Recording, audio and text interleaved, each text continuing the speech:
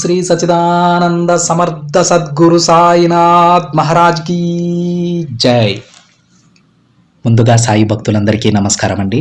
Video చూస్తున్న ప్రతి ఒక్కరిపైన ఆ సాయినాథుని ఆశీస్సులు ఉండాలని, బాబా గారి భక్తులందరూ ఎప్పుడూ కూడా ఆనందంగా సంతోషంగా వారి జీవితాన్ని గడపాలని మనస్ఫూర్తిగా కోరుకుంటూ ఈ వీడియో స్టార్ట్ చేస్తున్నాను ఫ్రెండ్స్. ఈరోజు సందేశంలో కూడా బాబా గారు ఎప్పటిలాగే తన బిడ్డల కోసం మరొక చక్కటి శుభవార్తను అయితే తీసుకొచ్చారండి. ఈ సందేశంలో బాబా గారు తన బిడ్డలతో ఏం మాట్లాడుతున్నారో తెలుసా అండి? తల్లి, ఇది కేవలం నా బిడ్డ కోసం మాత్రమే. ఈ రహస్యాన్ని నువ్వు మాత్రమే వినాలమ్మా. ఒంటరిగా విను తల్లి. ఈ విషయం తెలుసుకున్న వెంటనే నీకు అదృష్టం కలిసి వస్తుందమ్మా. ఏమరపాటుగా ఉండకుండా నీ బాబా చెప్పేది పూర్తిగా విను అని బాబాగారు తన బిడ్డలతో ఈ వాక్కుని చెబుతూ ఉన్నారండి. బాబాగారు తన బిడ్డలకు ఏం చెప్పాలనుకుంటున్నారో, ఎలాంటి అదృష్టం కలిసి వస్తుందని చెప్తున్నారో మనకు తెలియదు, కానీ బాబాగారు మాత్రం తన బిడ్డలని ఒంటరిగా రహస్యంగా ఈ మాటలను వినమని చెప్తూ ఉన్నారండి. అయితే తన బిడ్డలకు ఏదైనా జాగ్రత్త చెప్పొచ్చు, లేదంటే మీ అదృష్టాన్ని కనుగొనడానికి ఒక మార్గాన్ని చూపించవచ్చు. అది పక్కవారికి మంచివారికి తెలిస్తే ఇబ్బంది లేదు, కానీ మీరు 10 మందిలో వినడం వల్ల వారిలో మీ గెలుపు ఓర్చుకోలేని వారు, మీ అదృష్టాన్ని సహించలేని వారు ఎవరైనా ఉంటే మీరు ఈ సందేశం విన్నా సరే ఉపయోగం ఉండదండి.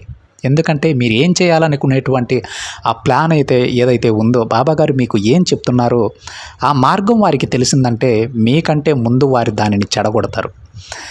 అందుకనే బాబాగారు చెప్పినట్టు ఎందుకు చెప్పారో మనకు తెలియదు, కానీ ఆ తండ్రి చెప్పినట్టే ఒంటరిగా ఈ సందేశం వినడానికి ప్రయత్నం చేయండి. బాబాగారు ఏ మాట చెప్పినా, ఏ సందేశం చెప్పినా ఆయన ఎలా చెప్పారో, ఏమని చేయమని చెప్పారో అవన్నీ తూచా తప్పకుండా పాటించాలి. అవి చిన్న పనులైనా సరే, పెద్దవైనా సరే, ఏ పనైనా సరే బాబాగారు ఏ విధంగా చెప్పారో, ఏ మార్గంలో మనల్ని నడవమని చెప్పారో, ఏ పనులు చేస్తే మనకు అదృష్టం కలిసి వస్తుందని చెప్పారో, ఏ విధంగా కష్టపడితే మన లక్ష్యాన్ని మనం చేరుకుంటామని చెప్తున్నారో బాబాగారు చెప్పినట్టే చేయాలి. అందుకని ఫ్రెండ్స్, బాబాగారు ఏ చిన్న మాట చెప్పినా సరే చాలా శ్రద్ధగా వినాలి. ఆ తండ్రి మార్గంలో నడవటానికే 100కి 100% ప్రయత్నం చేయాలి. అయితే ఈరోజు తన అదృష్టాన్ని గురించి, తన బిడ్డల అదృష్టాన్ని గురించి బాబాగారు ఏం చెప్తున్నారో సాక్షాత్తు ఆ తండ్రి మాటలలోనే విందామా? బాబాగారు తన బిడ్డలకై ఈ విధంగా చెప్తూ ఉన్నారండి. తల్లి, ఈ ప్రపంచంలో ఉన్న అంతులేని ఆనందాన్ని నీ కోసమే దాచి ఉంచాను. ఇది నీకైన వార్త బిడ్డ, వెంటనే విను. చూడమ్మా, నీ ప్రతి సమస్య, కష్టం అన్నీ నాకు తెలుసు. ఆ సమయంలో నువ్వు కోరుకునేదేంటో తెలుసా బిడ్డ? జీవితంలో ఉన్నత స్థాయికి చేరుకోవాలని, ప్రశాంతంగా నీ జీవితాన్ని గొప్పగా ఆనందంగా జీవించాలని నీ ఆశ. నిజమే కదా? నువ్వు అనుకున్నట్లే అన్నీ జరుగుతాయి బిడ్డ. నువ్వు దేనికి దిగులు చెందాల్సిన పని లేదు. ఎందుకంటే నీకు మాట ఇస్తున్నది నీ బాబా. నీకు ఏ విధంగా అయితే చెబుతారో అదే విధంగా నీ జీవితం ఉంటుంది. చూడమ్మా, నేను నీకు చెప్పినవే కదా నువ్వు ప్రతిరోజు నా ముందు ప్రార్థనగా పెడుతూ ఉన్నావు. ప్రతిరోజు నా కోవెలకు వచ్చి ఇవే కదా నాకు చెబుతూ ఉన్నావు తల్లి. నీకు కావాల్సింది ఇవ్వడం కొంచెం ఆలస్యమైంది అని విపరీతంగా నువ్వు ఈ తండ్రిపైనే కోపం పెంచేసుకుంటున్నావు. ఎందుకు బిడ్డ? నువ్వు అంత కోపం పెంచుకుంటే నువ్వు సాధించాల్సింది ఎలా సాధిస్తావు చెప్పు? నా బాధ నువ్వు నాపై కోపడుతున్నావని కాదమ్మా. ఆ కోపంలో నీ లక్ష్యాన్ని నువ్వు మర్చిపోతూ ఉన్నావు. నేను చూపించే మార్గాలు చూడలేకపోతూ ఉన్నావు. ఒక్కసారి ఆ కోపాన్ని పక్కన పెట్టి ప్రశాంతంగా చూడు. నిర్మలమైన మనసుతో నీ బాబా నీకు ఏం ప్రసాదించారో చూడు. నీకే అర్థమవుతుంది తల్లి. నీ విజయానికి దారిని నేను ఎప్పుడో ఏర్పరిచానమ్మా. అందుకు తగిన మార్గాలు కూడా నీకు చూపిస్తూనే ఉన్నాను. నువ్వే గమనించడం లేదు బిడ్డ. చూడు తల్లి, నీ ఎదుటివారు నిదానంగా ఒక్కొక్క మెట్టు ఎక్కి ఉన్నత స్థాయికి చేరుకుంటున్నారని ఎక్కువగా కోపం పెంచుకోకు. ఎందుకంటే వారు చాలా కష్టపడుతూ ఉన్నారమ్మా. వారి గమ్యస్థానాన్ని చేరుకోవటానికి వారు నిరంతరం శ్రమిస్తూనే ఉన్నారు. పక్క వారిని చూసి ఈర్షపడితే మనకు విజయం రాదు తల్లి. నువ్వు కూడా కష్టపడాలి. నీకు నేనున్నాను బిడ్డ. నీ లక్ష్యాన్ని చేరుకోవటానికి నేను మార్గాన్ని చూపుతాను. నువ్వు ఎక్కడా వెతకాల్సిన పని లేదు. నువ్వు చేయాల్సిందల్లా ఒక్కటే బిడ్డ, నీ లక్ష్యం మార్చుకోకుండా దాని వైపే నడుస్తూ ఉండటం, దానికోసమే నిరంతరం శ్రమిస్తూ ఉండటం. కష్టపడేవారికి భగవంతుని సాయం ఎప్పుడూ ఉంటుందన్న విషయాన్ని గుర్తించుకో. ఎదుగుతూ ఉన్న వారిని చూసి ఈర్ష పెంచుకుంటే ఏం లాభం వస్తుంది బిడ్డ? నాకు అలాంటి మనస్తత్వం ఉన్న వాళ్ళు నచ్చనే నచ్చరు. నేను నా బిడ్డలకు ఎప్పుడూ చెబుతూనే ఉంటాను, నీకు గుర్తుందా తల్లి? నిన్ను చూసి ఈర్షపడే వాళ్ళని, నిన్ను కిందికి లాగేయాలనుకునే వాళ్ళని, నిన్ను కష్టపెట్టే వాళ్ళని నేను తప్పక శిక్షిస్తాను అని. మరి ఇవన్నీ తెలుసు కూడా నువ్వు ఎందుకు ఈర్షపడాలనుకుంటూ ఉన్నావు? పక్కవారి విజయాన్ని చూసి ఎందుకు ఈర్షపడుతూ ఉన్నావు తల్లి? తప్పు కదమ్మా.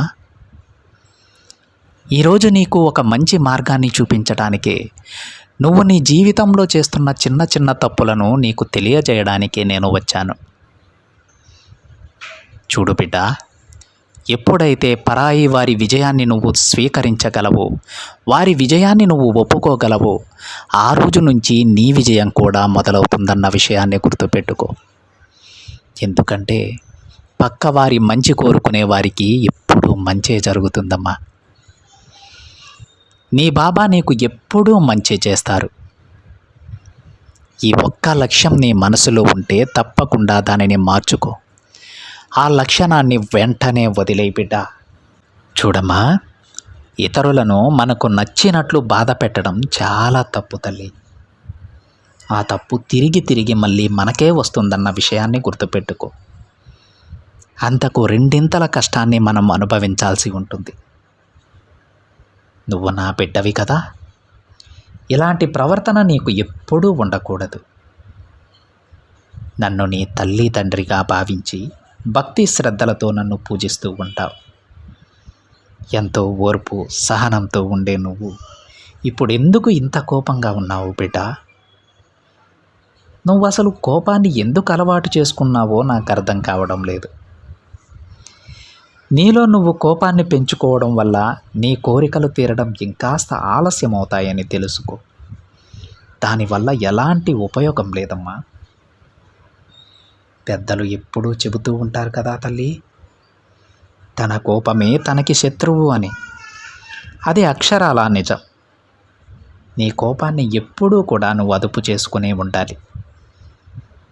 అసలు జీవితంలో కోపం అనేదే రాకుండా చేసుకోవడం ఉత్తముల లక్షణం తెలుసా?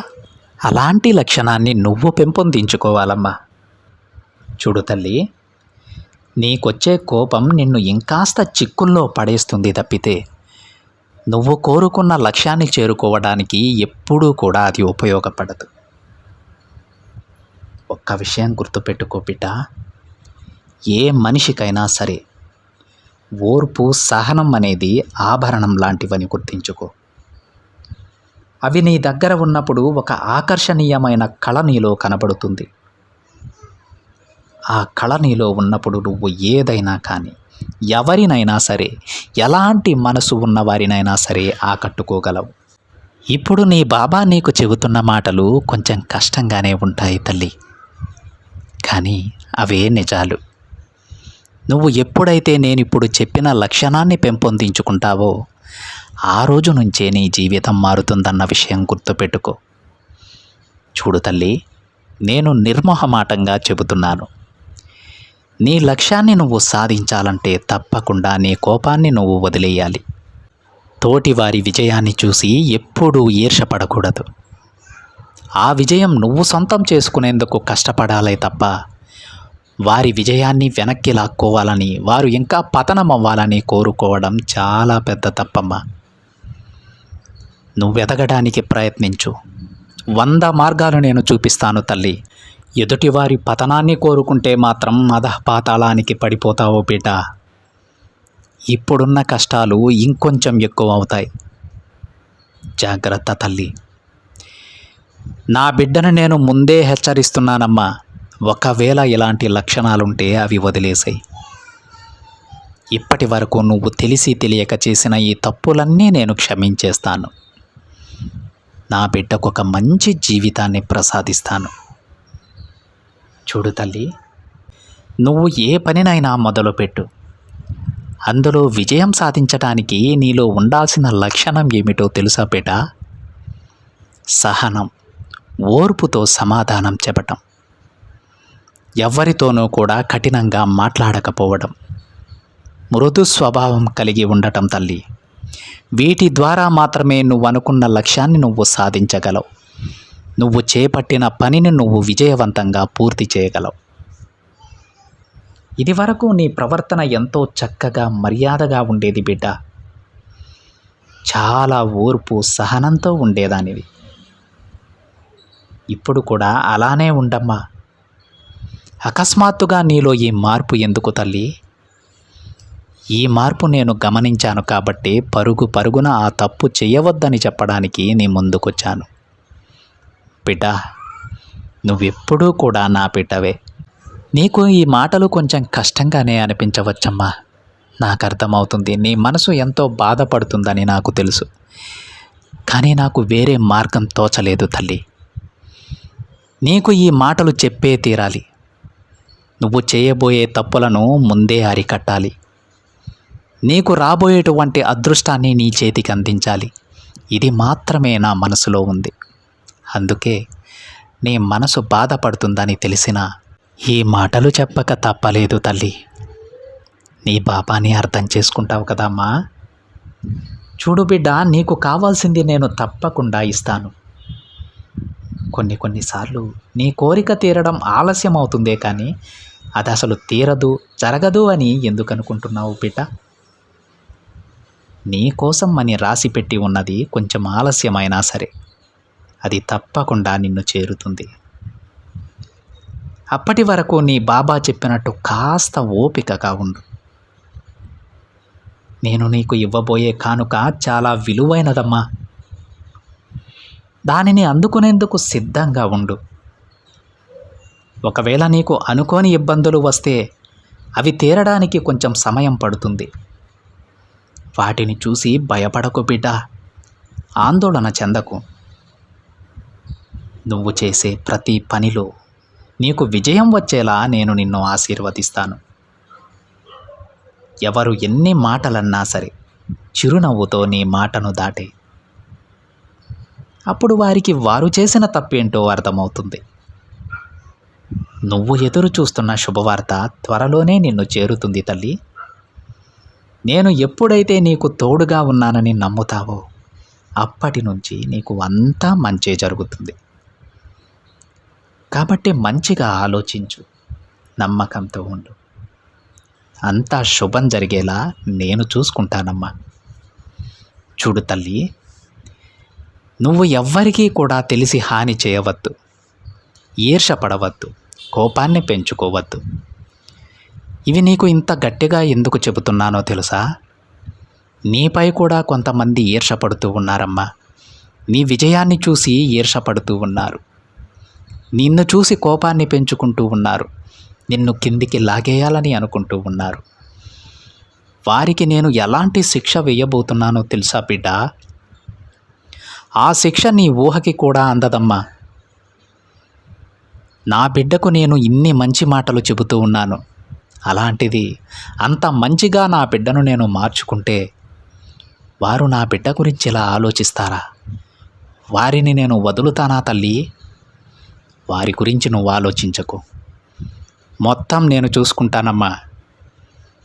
నీ బాబా చెప్పినట్టు నువ్వు నడుచుకో చాలు. నా ప్రియమైన బిడ్డవైన నీకు ఎప్పుడూ ఈ బాబా తోడుగానే ఉంటాడు. నీకు కావలసిన ప్రతీదీ నేను అందిస్తాను తల్లి.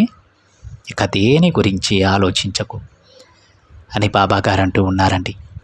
ఈరోజు బాబాగారు తన బిడ్డలు ఎలా ఉండాలి అని చెబుతూ ఉన్నారో అదేవిధంగా తన బిడ్డల గురించి చెడుగా ఆలోచించే వాళ్ళ పరిస్థితి కూడా ఎలా ఉంటుందో చెప్పారండి. చిన్న ఉదాహరణ అంతే. ఒక మాట చెప్పారు, మన ఊహకి కూడా అందదంటది. బాబాగారు వేసే శిక్ష మనల్ని చెడిపోయాలని చూసే వాళ్ళకి బాబాగారు వేసేటువంటి శిక్ష మన ఊహకి కూడా అందదు అని బాబాగారు అంటూ ఉన్నారు. మనం దేని గురించి ఆలోచించాల్సిన పని లేదండి. అన్నీ బాబాగారికి చెప్పుకొని ఈరోజు బాబాగారు చెప్పిన ఈ మాటల వల్ల మనలో కానీ అలాంటి లక్షణాలుంటే కొంచెం మనసు కష్టంగానే ఉంటుంది. కానీ ఈ రోజుతో వదిలేద్దాం. మనిషి అన్న తర్వాత ఈ కోపాలు, ఈర్షలు ఇవన్నీ సహజం. అవన్నీ తప్పని బాబాగారు చెప్పడం లేదు. అవి ఈ రోజు నుంచి వదిలేయండి. వదిలేయడానికి ప్రయత్నం చేయండి. అలానే అలవాటు చేసుకోండి. ఆ ఈర్ష, ద్వేషాలను, కోపాన్ని అన్నీ ఇక్కడితో వదిలేస్తే మీకు కావాల్సిందల్లా నేను ఇస్తానమ్మా అని బాబాగారు అంటూ ఉన్నారు. బాబాగారి మాటలను తప్పుగా అర్థం చేసుకోకుండా మంచిగా అర్థం చేసుకుని బాబాగారి మాటలలో ఉన్న పరమార్థాన్ని గ్రహించి ముందుకు వెళ్దాం. బాబాగారికి అత్యంత సన్నిహితులుగా మారిపోతాం. ఇదంటే ఈరోజు బాబాగారి సందేశం. ఈ సందేశం కనుక మీకు కనుక నచ్చినట్లయితే ఒక చిన్న లైక్ చేయండి ఫ్రెండ్స్. మరింతమంది మన బాబాగారి భక్తులకైతే ఈ సందేశాన్ని షేర్ చేయండి. మొదటిసారిగా ఛానల్ని చూసేవారు మాత్రం తప్పకుండా సబ్స్క్రైబ్ చేసుకొని పక్కనే ఉన్న బెల్ ఐకాన్ని యాక్టివేట్ చేయండి ఫ్రెండ్స్. మరొక బాబాగారి సందేశంతో మరొక వీడియోలో కలుద్దాం. అంతవరకు ఓం సాయిరామ్.